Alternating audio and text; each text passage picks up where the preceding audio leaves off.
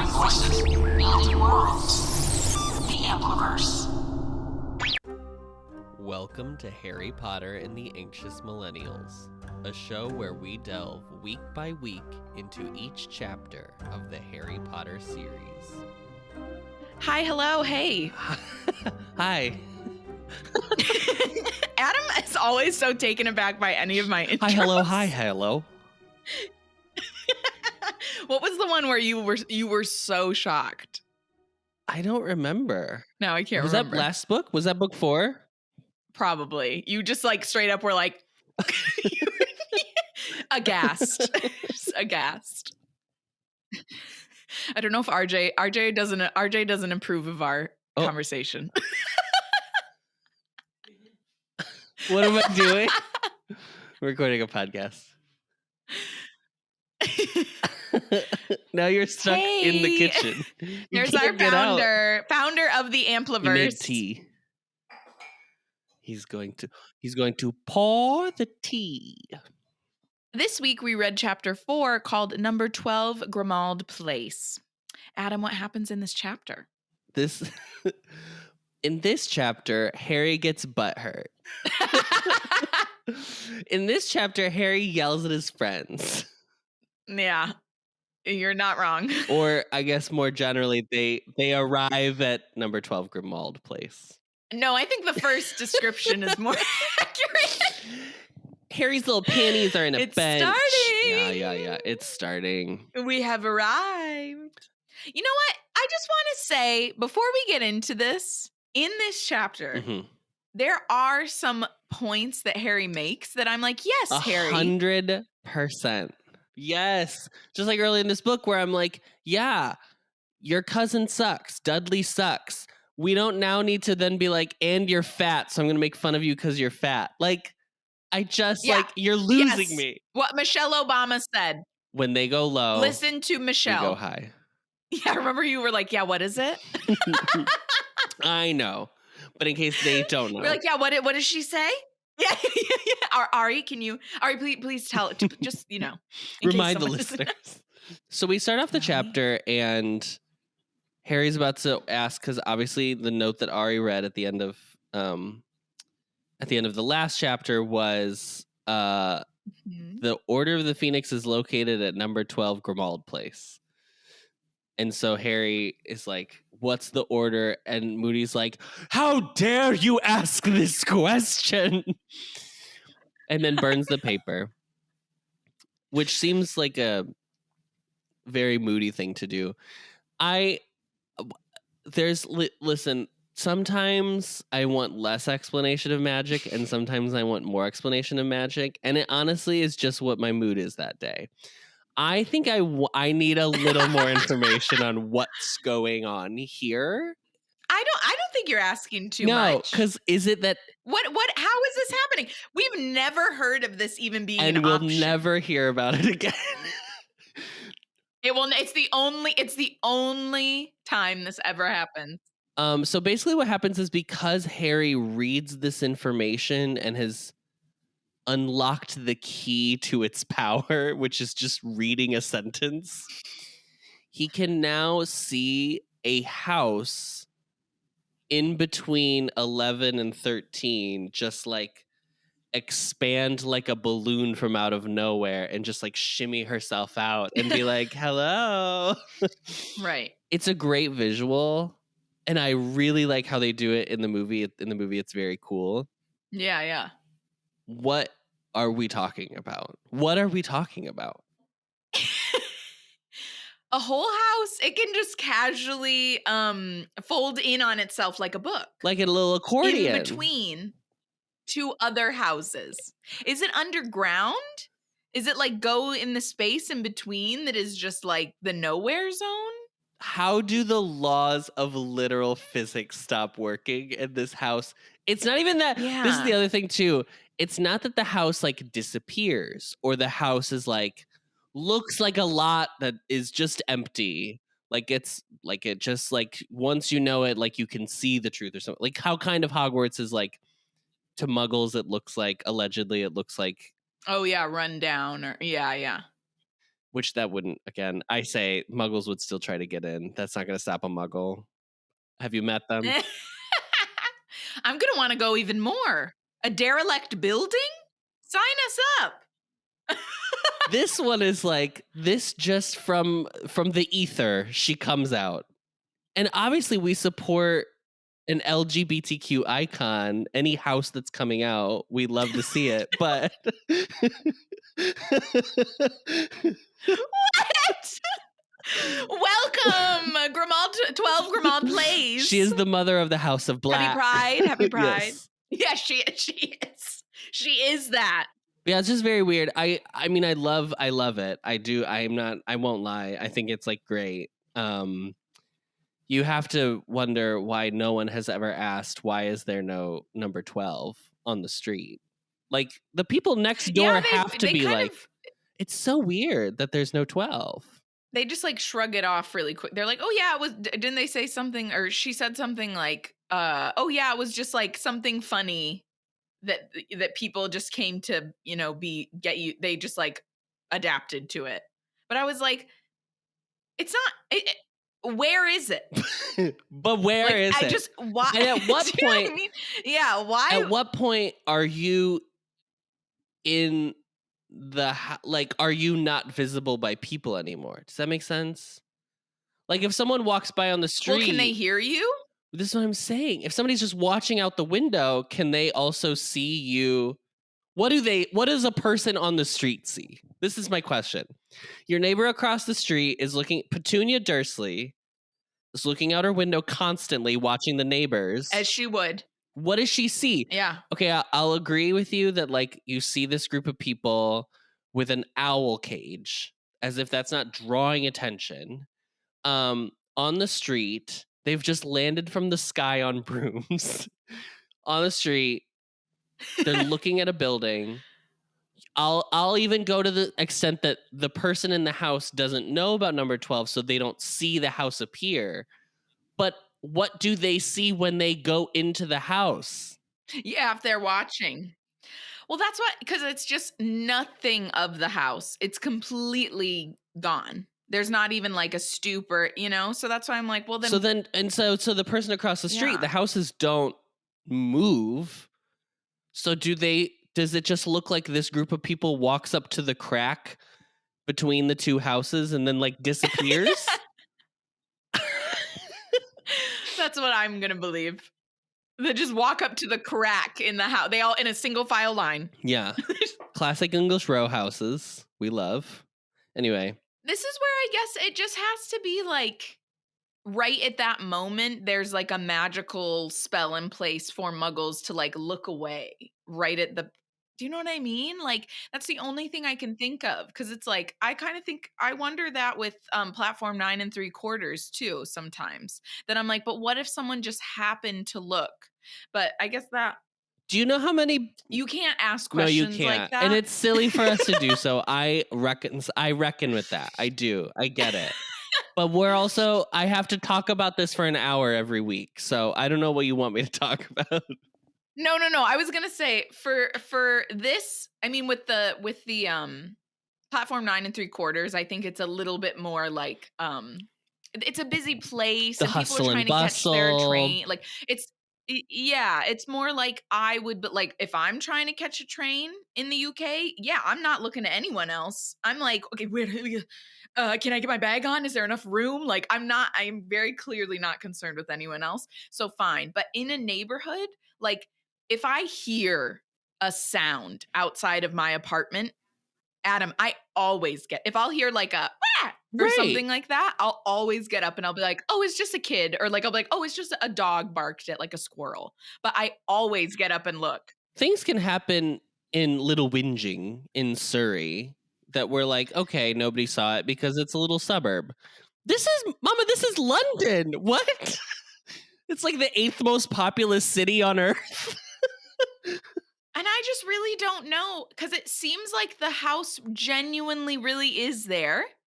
A battered door emerged out of nowhere between numbers 11 and 13, followed swiftly by dirty walls and grimy windows. It was as though an extra house had inflated, pushing those on either side out of its way. Harry gaped at it. The stereo in a number 11 thudded on. Apparently the muggles inside hadn't even felt anything. You just like casually like think you maybe felt an earthquake, but you're like, not in London. Sure, maybe that's it. Like for half a second. I just don't understand. It inflates out. I get it. It's a children's book, so it's just like a fun visual to imagine. But I'm just like, but if we're really as adults, if we really want to get into it, how? Where do all the people inside the house go? Because if the houses are pressed together, or they're not, and it just looked like that, I don't know. We're gonna come back to this too. This isn't the only book with 12 Grimmauld Place. Correct. We are gonna come back to this book, or to this location. Even in this book, we're gonna come back to this location. We will just never see this idea ever again anywhere else. Of like something emerging between there's no other building that Yeah.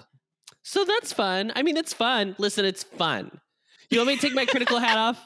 Fine. This is fun. I love it. Yeah. The house appears out of nowhere. It's like the idea of like when in Out of the Box, the like Playhouse Disney show from like the late 90s, early 2000s. They go in a cardboard box and then it's like a set. We love that. But see that Out of the Box had it right in that there still was a box. Sorry. There still was a space like the tents. You go in the tent in book 4 and Mary it is Poppins a bigger bag, space, but it's the police just call box. It's something about the apartment 11 and apartment 13 just specifically being on top of each other and no 12, only to then reveal a 12. Like I'm just like, I wish it was like there was a small little walkway between the two buildings, and then from that walkway emerged like or like it didn't push anything out, but like there's a narrow building that's like 6 stories tall that you just don't see, and it like comes out of nowhere and whatever. I don't know. Yeah, something. I don't know. It's hard for me to imagine how with what is established about the world so far, it's hard for me to imagine how that works. Where does it go? Where do the people go? It has to go underground. That's my vote. It like it like an elevator. I don't even have an answer. I literally don't even have an answer. So that's what I'm going to tell myself so I can sleep at night. Sounds good. So they go inside. We're now on page 2 of this chapter. We go inside the house.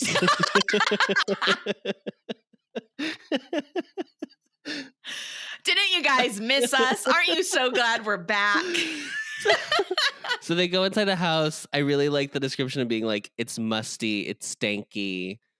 Because like I'll go to a thrift store, I'll go to an antique shop, and there is that kind of like old smell that like doesn't smell great, but it does kind of like evoke a memory, which I like. Like I like the specificity of that smell.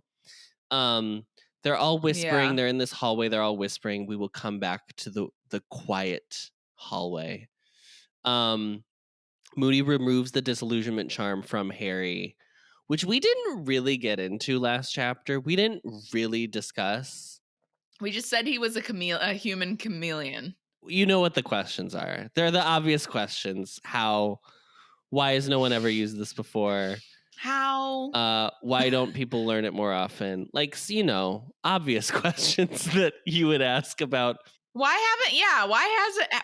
Would this be a charm, or would this be a transfiguration? But probably transfiguration, would it not? I think it's called a disillusionment charm. So I think it's a charm.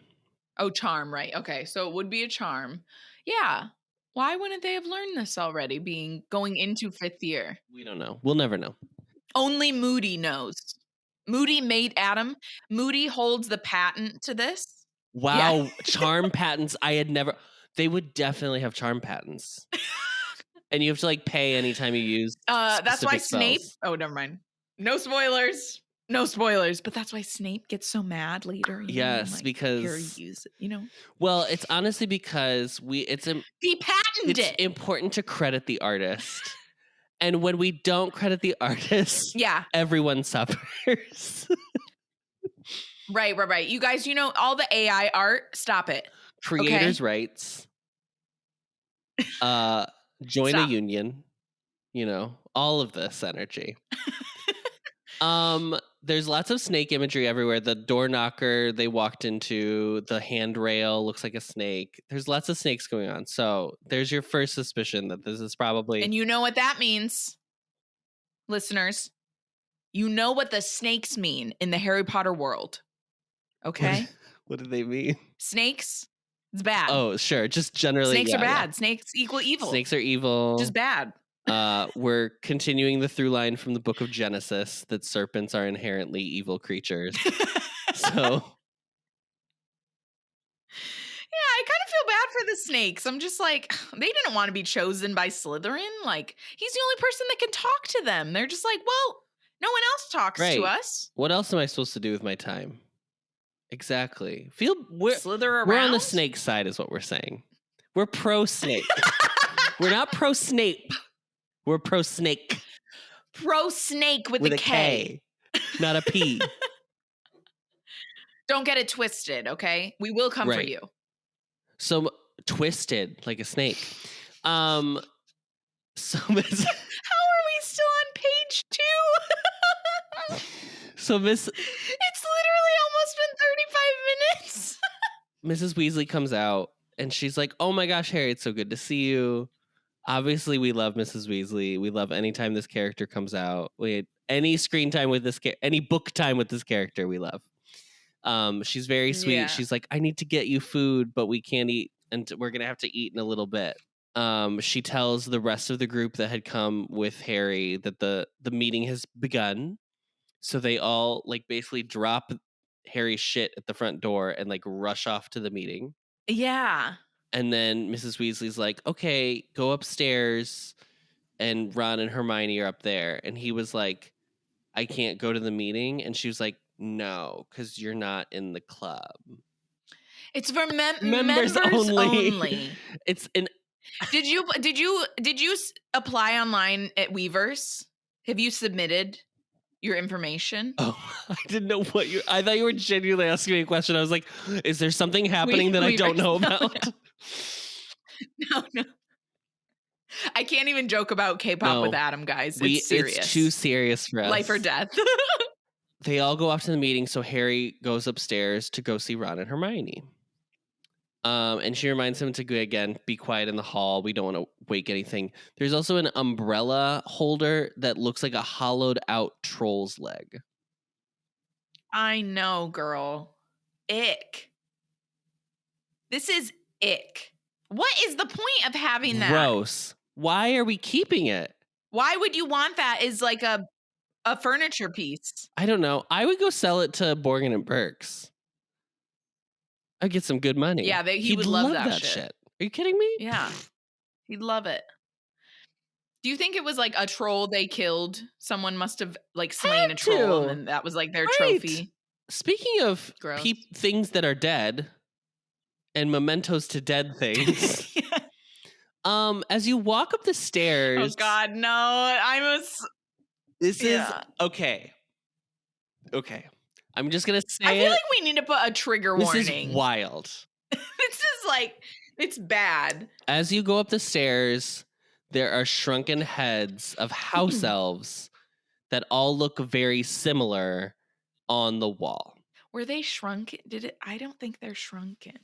Passing a row of shrunken heads mounted on plaques on the wall. A closer look showed Harry that the heads belonged to house elves. All of them had the same rather snout-like nose. Oh, okay. I read that as he assumed they were shrunken heads, but then upon closer inspection, but I don't know. It's not clear. So anyway, there's definite heads on the wall. Either way, it sucks, guys.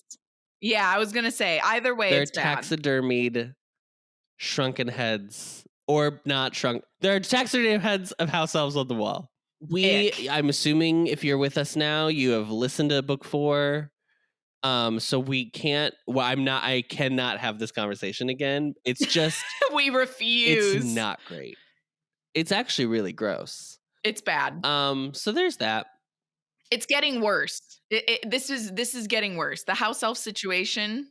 Yeah, it's not getting better. Let's say that. So Harry comes into the bedroom, in which Hermione and Ron like immediately rush to greet him. We're reminded of Hermione's bushy hair. Thank you. We just talked about it, and it's Hermione's bushy hair. They're thrilled to see him. He feels swept up in the joy of the moment. They were told by Dumbledore that they were expressly not allowed to tell Harry anything specific. Right. And Ron then says it again. And at this point, Harry is like immediately like, I wish I hadn't come. Which I literally wrote, oh God, I'm so anxious. Sorry. I know. The whole time I was just like, I can't imagine, again, I'm going to put myself in Harry's shoes. At the beginning of this chapter, I'm on Harry's side. It has to feel horrible. Same. You literally watched someone die like 2 months ago. The world doesn't believe you, although he kind of doesn't really know that, but I'm sure he can infer that the world does not believe him. He doesn't know that. Yeah. He knows something's He knows something's off. not right. Nobody's talking about the fact that Voldemort's back, so he definitely knows that. His friends aren't talking to him, and like it doesn't quell his fear that like, or his however he feels that they were told not to tell him anything. And in fact, it makes it worse. So all of this I understand. I'm on his side. I get it. It sucks. And especially at this age when like you can't have a rational thought. Like the only thoughts you have in your head are like, I will be having the biggest reaction of my life. That's exactly what I was going to say. Is just, especially because Adam and I are in the unique situation of we knew each other when we were 15. Like this would have been Cinderella Music Man times for us. Like that year specifically, I have some moments where I'm like, oh, like I'm just like, oh no, where it's embarrassing. And so I just feel like it's easy to, at this age, it's definitely easy to have a moment like this. But I think the hard thing about this is when I'm reading this and I'm hearing Ron and Hermione explain the situation and like explaining why they weren't able to tell him, I feel like personally and seeing how like apologetic they are and like so happy to see me, I do feel like I'm a person that my anger would kind of like dissipate because I would just be like, oh, well, if he was telling you like, now I'm just mad at him. Because like, why was he telling you that? But I definitely would still. But actually, as I'm saying this, I'm also very aware that I'm a girl and girls are raised to be more emotional, where like I think And it is empathetic. more normalized for boys at that age specifically to kind of like jump to anger to express themselves. So I'm sure that's a part of it too. But like, I just feel like if he was like, no one knew or no one was realizing how bad it was for me there. Like I was in the dark. No one was telling me everything. Anytime you guys would write me letters, like I got no answers. Like I feel like coming from a space like that and holding space for himself, like being able to be like, that was terrible. That's the hard part of it for me, is that I'm like, but Ron and Hermione like do have a very good explanation of like, why. And the more we find out, like she did this so well. Sorry to give her a compliment. I know. She did this very well. I'm like, oh, okay, that's why. Okay, I understand. But then at the same time, yeah, you understand why Harry's like pissed. But girl, he really goes in on them. I was like, okay, there's two things we have to talk about. So first of all, Hedwig's here. Hedwig's there. Hedwig's here. And if you recall last chapter, he was really mean to Hedwig and we talked about it. And then he was like, I promise I'll be nice I'll be so sweet to her when I see her again. Does he say anything? No. He doesn't even say thank you. He just quietly pets her. Like a psychopath. Anyway. So. Like a villain. And then I said for me, it's the detail that she writes that Hermione looks like she's on the verge of tears. And it's like very early and he still continues to yell. And he doesn't care that they have these like scars on their hands. Correct. And he from Hedwig. She did his she bidding. did his bidding. She did it. She's his familiar. She did his bidding. He says things that are, and this is also why it's like, sorry, well written, is because like, of course, it's the things you say when you're like in the heat of the moment and you like can't stop yourself, especially at that age, from like just like saying every emotion you've ever had. And when I say at that age, I remember when people would say like, oh, people in like teenagers are so dramatic. And I remember being a teenager and being like, well, yeah, we all recognize the drama that's happening around us every day. And I want to say it's not a pejorative, teenagers are dramatic. It's just like, this is the first time these massive emotions are ever happening to you in your life. And you just like have it doesn't compute. So I understand why. And it feels very real. You don't have the perspective that you're going to live like 40 more years of your life. Like it's so real in that moment, which I think is important. It reminds me of that quote, like when adults are talking to teenagers or like children in general, it's like the reminder of like, you were their age once. They have never been your age. So like you have the perspective as an adult that like a teenager doesn't, because they are not as old as you. Like they don't understand. I'm going to read a couple of the things he says. Oh, no. Okay. Okay. I've handled more than you two've ever managed, and Dumbledore knows it. Who saved the Sorcerer's Stone? Who got rid of Riddle? Who saved both of your skins from the Dementors? Who had to get past dragons and sphinxes and every other foul thing last year? Who saw him come back? Who had to escape from him? Me. That's pretty much, those are the ones that I was like really grossed out by. The rest of it's just like him explaining that he was lonely this summer.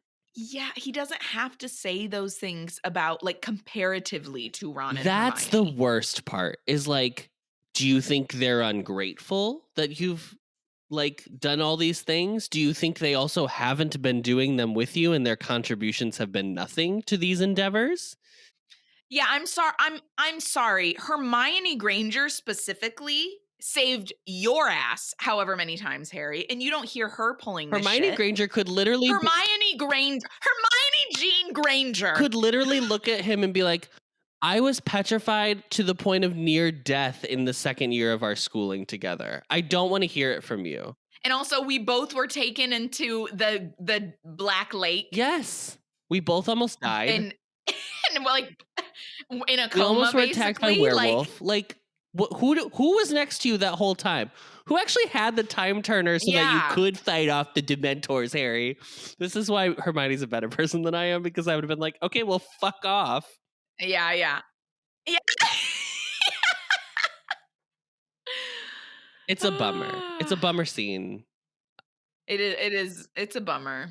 Once they're able to like interject to the point that they can like answer anything, which of course falls to Hermione to start being like, no, we understand and we're sorry, but like you have to listen to us and you have to hear us out, because this yelling is not going to solve any problems.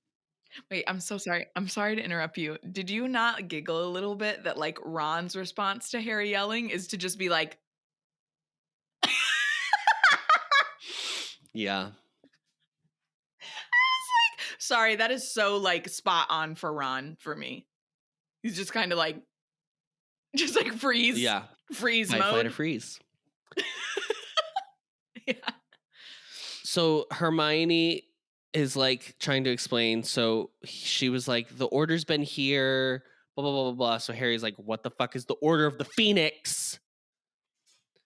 Harry, how many people do you know that own a phoenix? I mean, you could probably put some clues together as to what the Order of the Phoenix is. Yeah, we can deduce what this is about. So the Order of the Phoenix was founded by Dumbledore to defeat Voldemort last time. So they're back. They're back again. This is comeback.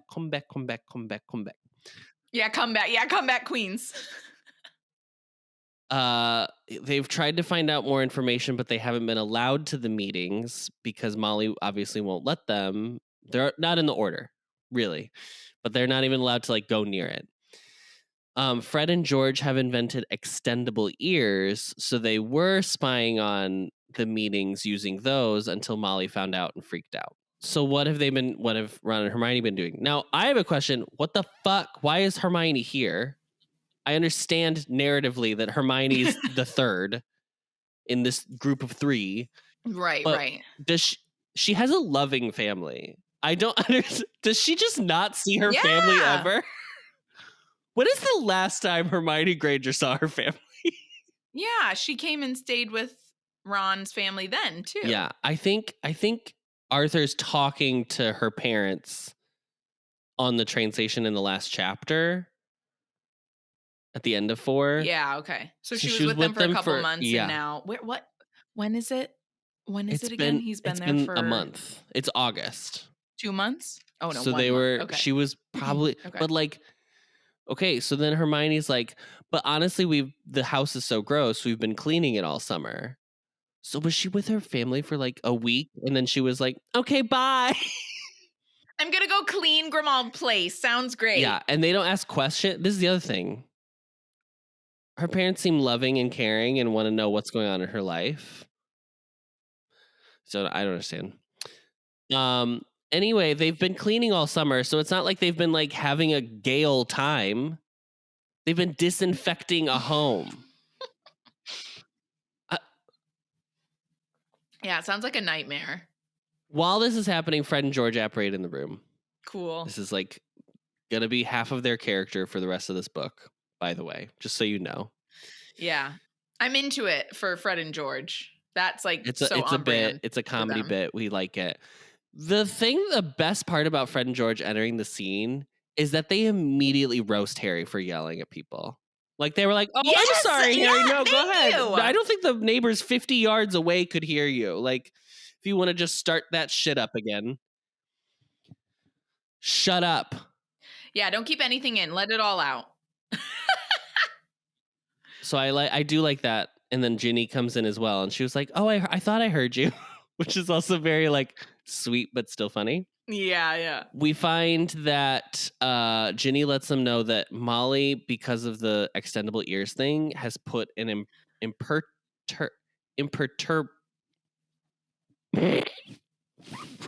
imperturbable charm on the door so that the meeting can't be disturbed. I was going to say, I'm like, whatever you say, I'm going to say yeah. Because like perturbed, imperturbable. Yeah.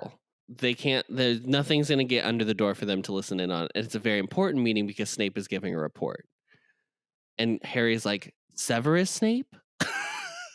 Is that the one we're talking about?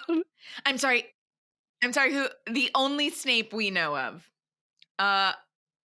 The extendable ears, were these purchased or these were made by Fred and George? I think they were made by Fred and George. I think they invented them. Because it says they have to hide the rest of the stash before Molly chucked them all in the bin. Oh, okay. Yeah. Fred and George are just casually inventing things, and like no one is impressed by this. Not a soul. This is an arms race. This could be sold to like the CIA. Like this would change nations. Yeah. This would start a coup.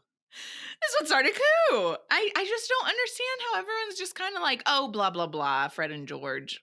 Like, even Ron is like, oh, yeah, I didn't even really realize that they were doing stuff in their room. I mean, maybe they just really have been, like, privately doing it. Like, I mean, they're twins, so they have someone to bounce ideas off of, like, at all times. They don't really need to go to anyone And I'm sure else. it's also the thing of, like, no one knows the amount of joke products that exist out in the world like Fred and George. So maybe people also do think like, oh, they bought these. Somebody's selling these somewhere. But it's like, no, Fred and George made them, but they're just not good at marketing yet. That's really the problem. It's all about marketing. Yeah. Yeah. It's all about marketing. They need to hire It's someone about for building that. your brand, sticking to your brand concept, and marketing that. Yeah. Hire RJ Silva to help with your branding, okay? Bill, so everyone's like, yeah, Snape's giving this report. Whatever. And then Hermione's like, yeah, but he's on our side, guys. Like, let's all, cut him some slack. Everyone to chill out. And Ginny is like, well, Bill doesn't like Snape. As if like that, and that's that, Bill. I thought that too. And so, I mean, maybe like Ginny being the youngest and Bill is the oldest. There's like a Probably. very special bond between them, sure. It's a Gin JK. It's a bond. Oh, Yeah, okay. Say no more. Gin JK, I get it. Yeah. Mm-hmm. The Hyung and the Mungne. Say no more. But then they're like, oh, and also, you won't believe it, Harry. Do you remember Fleur Delacour? Which I thought was funny that they had to say her whole name, as if like there's ever been another character named Fleur in this book series. Another Fleur. Do you remember Fleur? But specifically Fleur Delacour. Fleur Delacour. You might not remember her if you only watched the movie version of Your Life, Harry, because she only had 2 lines in that film. But if you read the book, she's a bit more enigmatic. They did her dirty, y'all. They did her dirty in that film. I'm still not over it. I promise you, half of her lines are improv. Yes. She just said, I'm going to get as much screen time as I possibly can. It's so crazy, too, because they really could have, like, given her that, like, the stereotypical French, like, beauty queen thing, and I would have been here for it, girl. Give me that, HBO. HBO, when you do the Harry Potter television series, give me that Fleur. We need it. The gays and the girls, we need it. And also, it's written into the books that that's what it is. And that's why it's funny that she ends up with Bill, because, like, he's not, I mean, Bill's cool. Bill's cool and, like, allegedly hot or whatever. So it does make sense. But it's also, like, it's funny because it's Ron's brother. Like, that's funny. You would think she's off with a model, but she's off with a banker. I feel like Fleur, I'm obviously, like, Fleur was originally written as, like, a stereotype, but even in book 4, I think we get a glimpse, you know, that she's more than, like, that type of first impression. Very but, funny like, definitely in the book. As the series goes on, we realize, like, she has a heart of gold. She's clearly, like, a very loving sister, friend, like, all of this stuff, you know? And so we realize that she's definitely not just, like, a 2-dimensional female character in the end. But I just feel like even with the way that, if that's how she was written in the 4th book, where she didn't have quite as much dimension, she still is like an entertaining character with a great personality if you're looking at it from like an entertainment standpoint. So I just don't know why they didn't. Right. Why did they not capitalize on that? I don't understand. It's fine. It's because it was Mike Newell. Mike Newell. So just as before, but Fleur is getting English lessons from Bill. So she like moved to the UK and she was like, oh, I need a desk job at the Gringotts. And Bill was like, oh, you want to learn English? And she was like, oh, oui. What is he doing? Do we know exactly what Bill's position at Gringotts Wasn't it like is? something about curses? Not curses. Because he was in Egypt. Right. Oh, maybe it was. It was Egyptian curses, right? I think. He's a curse breaker for Gringotts, basically. That's the only thing that would make sense for that. We'll go with that. I can't remember. Oh, and Google's so far away to look, honestly. So Charlie, however. I don't want to lift my hand. Charlie's still in Romania, and Dumbledore wants more foreign wizards to join, like, the ranks against Voldemort. So Charlie's, like, working on, like, building a network. He's networking, really, is what's going on. He's not working. So we have, so just to recap what's going on so far. So Fred and George are learning marketing. Charlie's networking and Bill's in finance. So we're really laying the groundwork for, you know, just Wall Street era bros. Fully rounded Weasley children, you know, all of them. So then, Harry's like, oh, so I guess Percy's probably also part of this and is like a, you know, staunch advocate of house elf rights at this point. You know, he's such a good person. Percy. And they're like, oh, and the room gets cold. Oh, yeah. And it's not great. And then he's like, what happened? And they're like, well, him and Dad had a fight. And this is where this is what's crazy. So we find out that Percy got promoted, and Harry is like, how the fuck did he get promoted? He basically Barty Crouch basically died because Percy didn't like tell anyone that Barty Crouch was not coming into work and not like hello. So they were like, yeah, we understand that that's weird because there was even an inquiry, but then all of a sudden he got this promotion to be like in Fudge's office. So he's like Fudge's junior assistant. Right-hand man.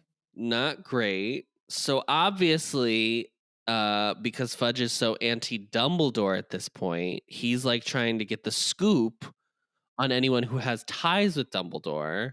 And everyone knows that the Weasleys are like friendly towards Dumbledore.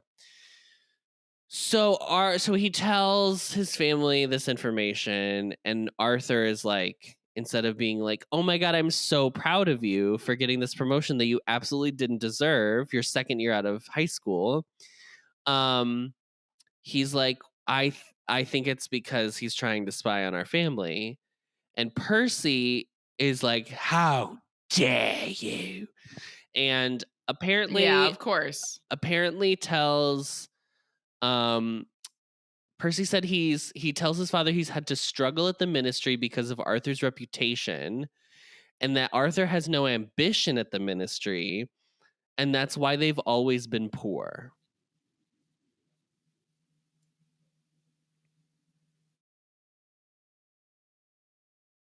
But Ron doesn't say poor. He just says like, yeah, well, we've had money trouble or whatever. Harry is like, how could he in an unkind way just speak so ill of people he loves and holds dear? How could he, in a moment of passion, be so untoward and unkind? And I was like, Harry Potter could go fuck himself. This is so annoying. Harry girl. You have the thought in the moment, that's awful that he said that. And this man will do no reflecting about what he said to Ron and Hermione. None. No. Zero. No. None. Which, I mean, to be honest, very 14 or a 15-year-old very boy. 15-year-old boy. Huge 15. Honestly, not even. Let's not narrow it down to 15. There are many men. There are many people who will refuse to reflect on what they've done. Huge male energy. There are many people in this world who refuse to think about the actions that they have done to others.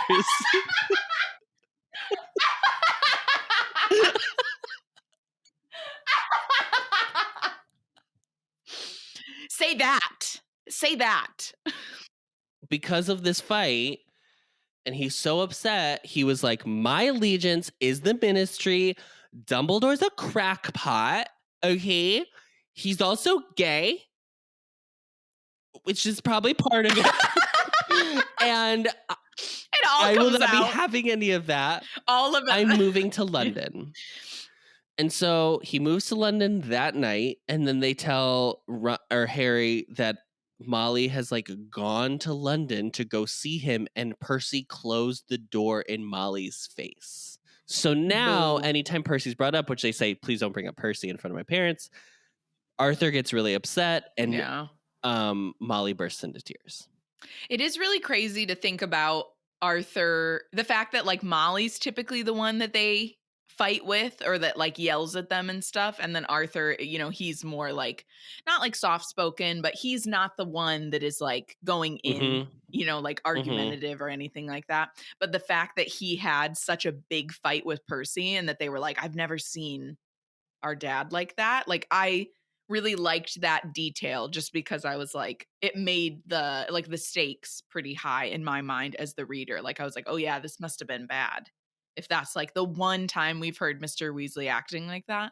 Obviously, Percy sucks, right? We've known since book 1, basically, that Percy sucks. Percy's always sucked. Honestly, if there was going to be any Weasley that might have ended up in Slytherin, it would have been Percy, just because he's so he's ambitious to a fault. Yeah, it's bad. But here's the thing. I really like the character in terms of the overall narrative within the series, because this is like this happens. Like people will just trust and choose to Girl, it's happening in America every day, mama.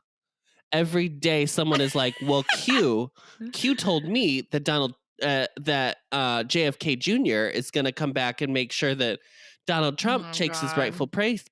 Girl, what are we talking about? Mama, listen to yourself. You're out of your mind. So, yeah. So anyway, so I'm just saying Percy sucks, but also like it's important to add characters like this to the narrative of like all the different types that end up on two sides of a major conflict. This is very realistic because Percy isn't like a villain, but he's definitely a flawed and character. He's redeemable. And he's like, choosing. Yeah. But it's very, it's nuanced. If only it was always nuanced. So then Hermione basically reveals that the Daily Prophet is running a smear campaign against Harry, and he was like, what are you talking about? My name is not in the Daily Prophet. I would have seen it on the front page. And she was like, I love that have you ever read the Daily Prophet? And he was like, no. Why would I do that? Sir, again, like I'm on your side at the beginning of the chapter. You're like, I feel like I don't get any information from anybody, but you're not even reading the Daily Prophet? Girl, this is the whole like, it's all on you guys. It's all on you. I don't know anything. And it's just like, but I'm sorry, you need to do some effort. You need to put in some effort on your own accord, like for yourself. You can't have Hermione tell you what the Daily Prophet says every time she writes you a letter, Harry. You have a subscription. Yeah, why are you ordering it? To just glance at the front page. I understand his idea that like anything about Voldemort would be on the front page. Of course it would. That is correct. However, if you're also just in general complaining, because partially your complaint has just been you've been removed from the wizarding world, do you know what would help you feel like you're connected to the wizarding world still? Yeah, exactly. Reading the daily periodical from the wizarding world. My God. Oh. Basically what's happening is like because Rita set the groundwork for turning Harry's character in the Daily Prophet into this like he just wants attention. He just like is all in it for everyone to worship him just because I don't know his parents died or whatever. And now they are taking that and running with it. Specifically not Rita because she's still holding her word to Hermione because she can't get outed as a illegal animagus. So now they were like, you get brought up in terms of like, you are now the punchline. So Harry Potter at this point in the wizarding world is treated like Britney Spears was treated in like 2007. So that's where we are in the wizarding world at this moment. Yeah. Which is crazy. I mean, it's nuts. After that, we get a reference to Creature, which we don't meet in this chapter, so I'm not going to dwell on it. Hermione makes a comment about how, like, we should pity Creature. We shouldn't be mean to Creature.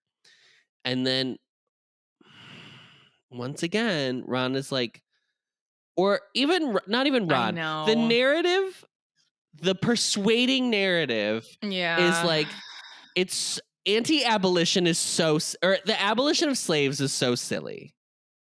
It's like, how are you still committed to this narrative? She could have just left that behind in force. She could have been like, oh, it probably wasn't, upon reflection, a thing this woman has never done in her life. Yeah. Upon reflection, it wasn't great. So I'm just going to be like, oh, maybe Ron even is like, okay, I've turned the corner on house elves, but Creature's absolutely a psychopath, which once we meet him, we would all agree. Creature's out of his mind. Yeah, sure. But nope, it's still just like, I don't know why you want these people to have rights. It's like, bro. Yeah. Bro. It's just like, what a take to bring something like this into the wizarding world. And then that, is like the general public's stance on it. So anyway. Girl. But we will talk about Creature, I think, next week. Oh yeah, we'll get to Creature. Yeah. So Molly comes to the door and she was like, oh, the meeting's finished, so we can go have dinner. And they're all like, okay. So they go downstairs. They see Snape. They try to listen to the last bit of their conversation, but they don't get to hear anything. And then Snape leaves. He never has dinner with the Order. He always leaves separately. So they come downstairs. Molly's like, oh, Harry, you have never been in this house before. So right straight down the hall. Again, we're whispering in the hallway. Straight down the hall, take a right, then take a left. There's the loo, and there's the, like, it's explaining where the dining room's going to be. Yeah, right. Tonks, who had been by the front door going to grab Harry's things that they had basically just left there, trips over the massive troll leg, the hollowed out troll leg. I'm sorry, Adam, this is not Tonks's fault. Why is that there? Here's why it would be Tonks's fault. If this was the first time it happened. However, it is stated in the chapter that this is the second time this has happened. So why are we not moving it after the first time?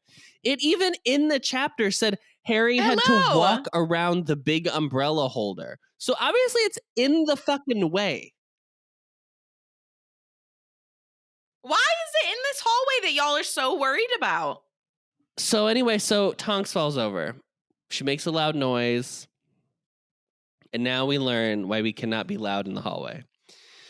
So there's this big moth black lace curtain basically thing covering what Harry assumed to be probably a doorway.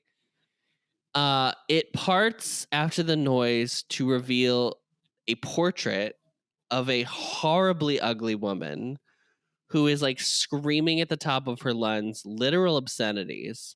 She's basically Simply Safe. You know, use promo code Anxious Millennials for your own Simply Safe order. And she's basically Simply Safe. And then this wakes all the other portraits what I would up. Say. And they all start screaming. So there's now a cacophony of screams. Molly's trying to like stun the portraits back into silence. It's not really working. Finally, out of nowhere, Sirius and Remus like are able to close the like drapes in front of this woman's painting, so then she can like it's like putting a bird to sleep. Put the cover on. Do you know what I like to think, Adam?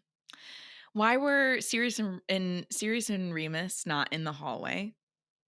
I like to think that they were having a little moment. I love that in the room where they're having the meeting. And it was like a nice, intimate, like very K-drama, like up against the wall moment. And then there was like, and it was interrupted by the screaming. In a classic, like they're about to kiss and then the scream happens. So then they have to like, what? Yes. Yes. Yeah. Beautiful. I love that. That's what I like. Because why is it's Sirius's house. Why would he not be in the hallway? And why was it them together? Just saying. Food for thought. So they close the curtain. Everything's quiet again. And Sirius comes out. Or Sirius, like, after yelling at the portrait, he's like, well, Harry, I see you've met my mother. And that's where we end the chapter. The mama. The mother of the House of Black. I don't remember her first name. Do you remember her first name? I think we see it when we go to that room with the family tree. Walburga Black. Come on, Walburga Black. Oh, I would have. Come on, Walburga. I would have never guessed that. So absolutely never. That's the first time. Yeah, that's the first time I've heard that for sure. Well, that wraps up this chapter. Next week, we will be reading chapter 5 called The Order of the Phoenix. You can find the podcast on Apple Podcasts, Spotify, Stitcher, or wherever you find your podcasts, as well as video versions on the Ampliverse YouTube channel and Spotify. As always, don't forget to rate, review, and subscribe so that we can get a perfect Newt score. 5 stars only, or else Harry will yell at you for 10 minutes straight while you stand like this. Yeah. Also, don't forget to follow us on Twitter and Instagram at HBAnxious or YouTube and TikTok at the Ampliverse. We are hosted on Anchor and recorded on Zencastr, so thank you to both of them, and are a proud member of the Ampliverse. Check them out at theampliverse.com. Thank you, Adam. Thank you, Ari. And as always, Nox.